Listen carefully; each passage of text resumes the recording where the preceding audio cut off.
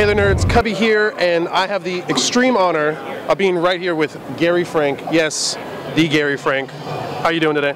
Hello, not too bad, apart from the voice. Hopefully it'll stay with us till the end. Yeah, hopefully. Let's get through this real quick. So you just wrapped up an amazing run, restarting, re-showing Shazam, where he comes from, kind of just doing a retelling. How was that like, working on such a very iconic character? Oh, it was great. We had a certain amount of freedom in terms of what we did with him. So, you know, it's kind of a ground up rebuild. So the idea was to kind of make him something which would kind of work in a more modern setting. Obviously, the DC universe has had a revamp recently, so we needed kind of a version of Shazam which would fit into that. A lot of it was about kind of making the character more identifiable and giving him a journey.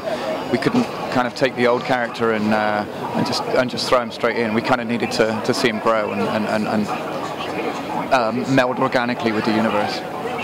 Is there anything you could tell us now? Any Shazam news that we should be excited for? I really want to see this character more, especially drawn by you. That'd be the best. But I really want to see more of this character. Well, I'm not going to be drawing him for a little while, but I do know that DC have plans for him. I'm now skipping back to Batman Earth 1, so I've just started Volume 2 of that. But Shazam is definitely going to be sticking around in the DC universe. Awesome, awesome. Now, you just brought up Batman Earth 1. What was that like doing that? Whereas writing or drawing for Shazam, where that was in the actual universe, this was its own thing. Was it a lot more fun just reading the story, seeing what Jeff sent you? It was pretty much the same kind of thing. We were with both characters. We were kind of doing a ground-up retelling and an origin story. Because of the revamp with the DC universe, it's meant that everything is kind of fresh and kind of new. So. Yeah, no, it felt quite similar. I mean, I was aware with the Shazam thing that there was kind of a background with the Justice League and everything, which was going on somewhere else in this universe. Whereas with the Batman thing, it isn't. It's kind of a standalone thing. Although there are other Earth 1 books, there's not really kind of any reference to anything which is going on there. Okay, all right. And what was one of your favorite experiences working with DC in the last couple of years? You were at Marvel for a little while, and you moved over to DC, and it's one of my I didn't think it was going to be awesome because I have some great Marvel characters, but it's been nothing but great, I think, because it's just refreshing to see these characters. What has been the one person to draw that you just had the most fun with? Superman, I think. I kind of, for many years, I was maybe, you know, people keep kind of, some people are Batman guys and some people are Superman guys, and I kind of thought myself as a Batman guy. And talking to Jeff, and when we talked about how we were going to handle Superman, the excitement that I got, and I kind of discovered the character anew, and it gives me a huge amount of satisfaction now to look back at those books, and you know, look at what we did. I have very, very fond memories of working on those stories, particularly the Secret Origin. It was great fun. That was a really good run, that Action Comics run. Is there anything we should be expecting from you besides the Earth 1 thing? Any backup stories that we might be able to see soon? Or? No, if I start doing other things as well, then people are going to get on my back about Batman Earth 1 not coming out. So I'm going to try and get that done. All right, cool, awesome. Well, we have a couple questions we ask everyone at the end of our interviews. Kind of loaded, I'll be honest, but they're not that bad. First off, what's your favorite movie? Oh, you know, what mood am I in? I don't know. I'm a big Coen Brothers fan, so I tend to like anything by the Coen Brothers. You know, I don't know.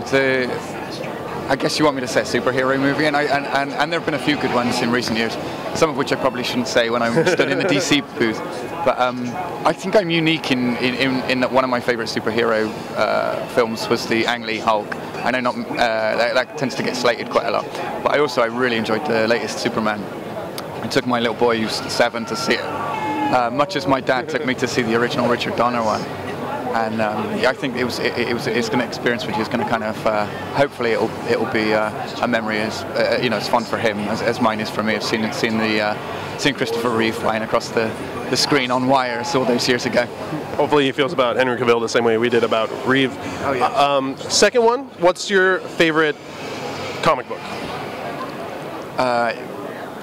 Again, you're putting me on the spot. What mood am I in? There've been so many great comic books. I guess, you know, I could do the cliche. Watchmen is, I would say, is, you know, probably well, it is. It's no big secret that it's probably the best comic book that's ever been written. So, you know, we'll have that as a given.